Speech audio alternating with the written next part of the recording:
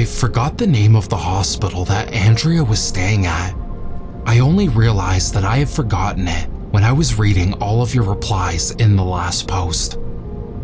One of them mentioned visiting Andrea in the hospital, so I scrolled up through my post, and sure enough, Rachel had told me where Andrea was staying, but I no longer remembered. I decided to get on the next flight to New York before I forgot something else. My plane just landed. It's early in the morning, around 1 a.m. New York time. I managed to get in contact with a friend who is going to NYU and who owns an apartment. I'm going to be staying at his place for the next 2 days. I decided I didn't want to or needed to stay in New York that long. I only needed to talk to Andrea and then go back home. I'm on my way to my friend's house now, so I'll continue to update this throughout the day.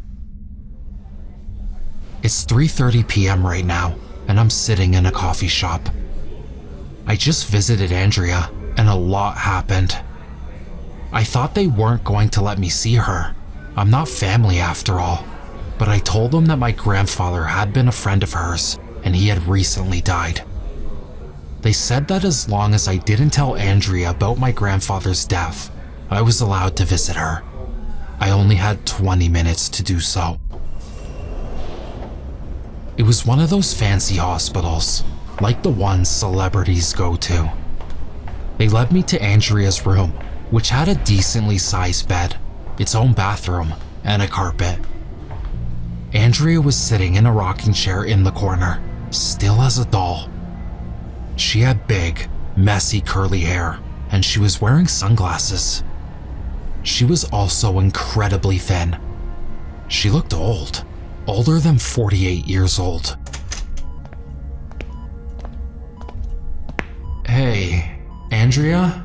My name's Eddie. You knew my grandfather. I was just wondering if I could talk to you for a bit. I walked over slowly, not wanting to scare her. After all, I was a stranger in her room. She doesn't really ever answer anyone, hun. Barely makes any sense. She just blabbers. I wouldn't be surprised if she completely ignored you for 20 minutes. The nurse said from behind me. I said nothing, and I waited for the nurse to walk away. Hi, can I sit here? I asked, motioning towards the bed.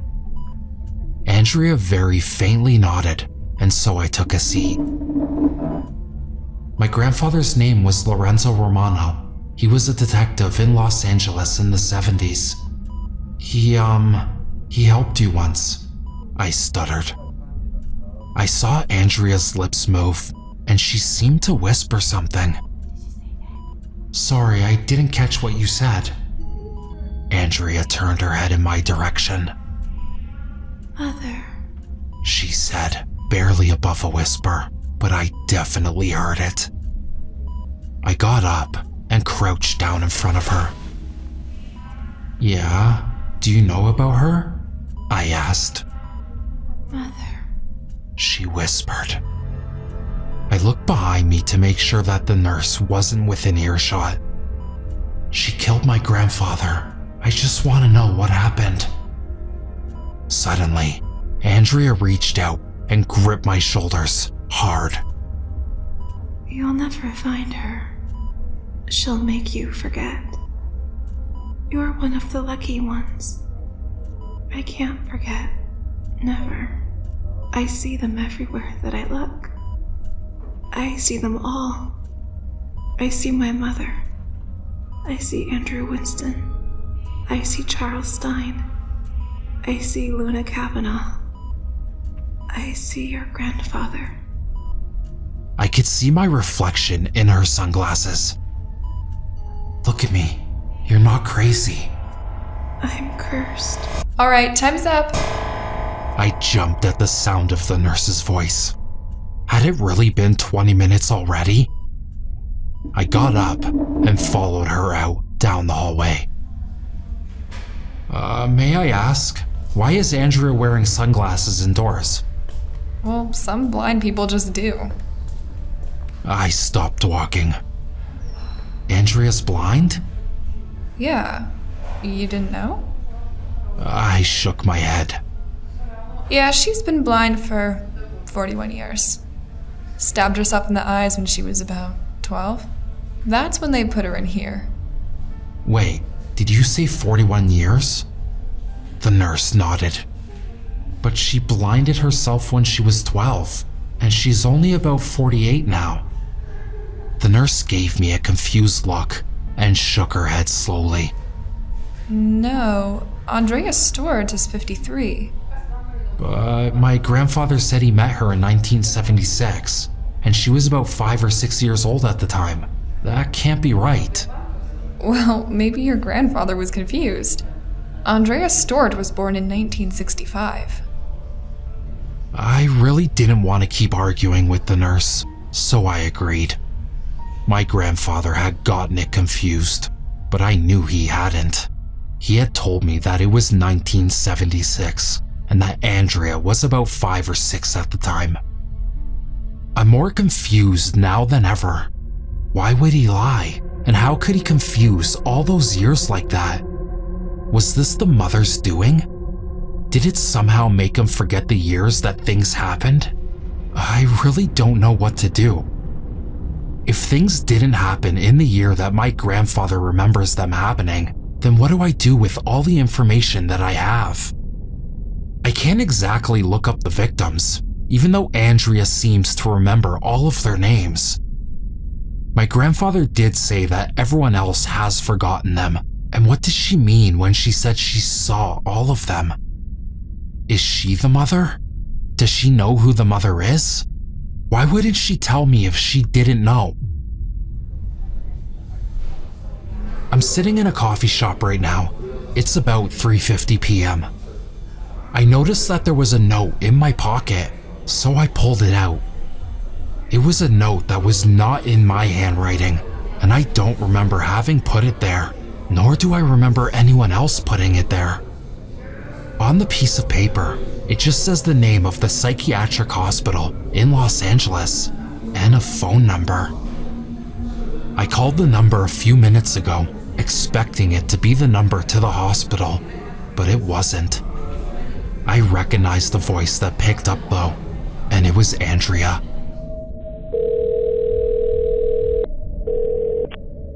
Good.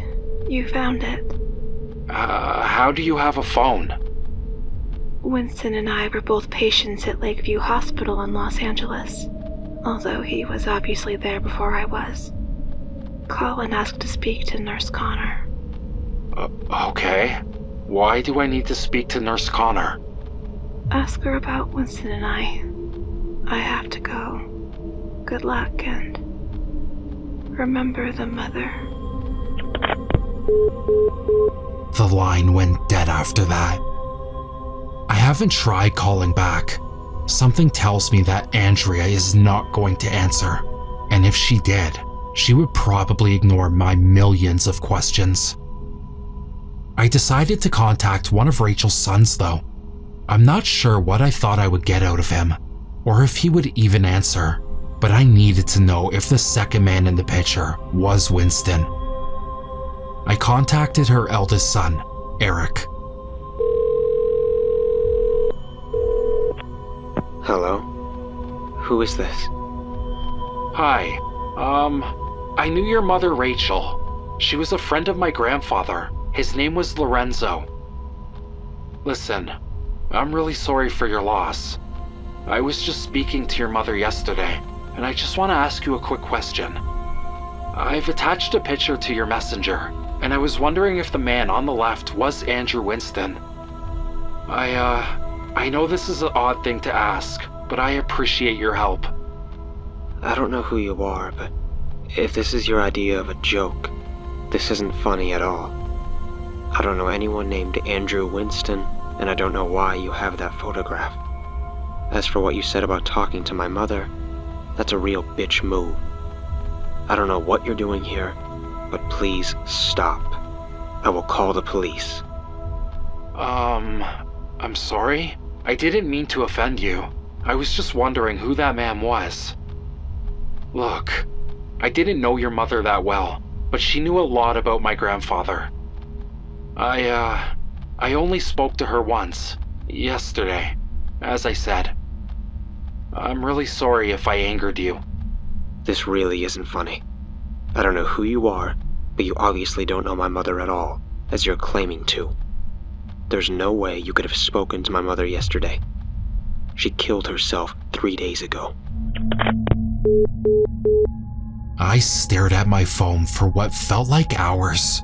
Then I looked at the call log from the conversation that I had with Rachel. Yesterday's date was on the log, Wednesday, November 14th. So how was this possible? Was it possible that I was speaking with someone else? Who would know the things that Rachel knew? This is all getting very confusing for me. I don't have anything else to update for the moment, but I'm gonna go ahead and call the hospital in LA later today. I've looked up the number and I've set a reminder on my phone. Until then, I think I need a nap. It's about 2 hours later now. I called the hospital in LA and I asked to speak to Nurse Connor, but the man who answered the phone told me that there wasn't a Nurse Connor there. I asked him if there had been a Nurse Connor, maybe a few years ago, but he just said the same thing. There has never been a Nurse Connor. Based off of what I've learned so far, I'm thinking that the mother probably got to Nurse Connor as well. That, or she never existed in the first place, which then just makes no sense. Why would Andrea give me false information? I really need help. I just don't know what to do anymore. How do I even continue from here? I've gone in a full circle, and I'm no closer to finding out what the mother is than I was a few days ago. I've gone back to reading my grandfather's journals.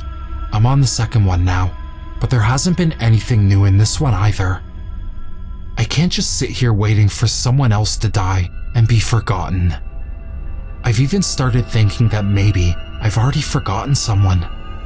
How am I supposed to remember when I'm not even sure what I forgot?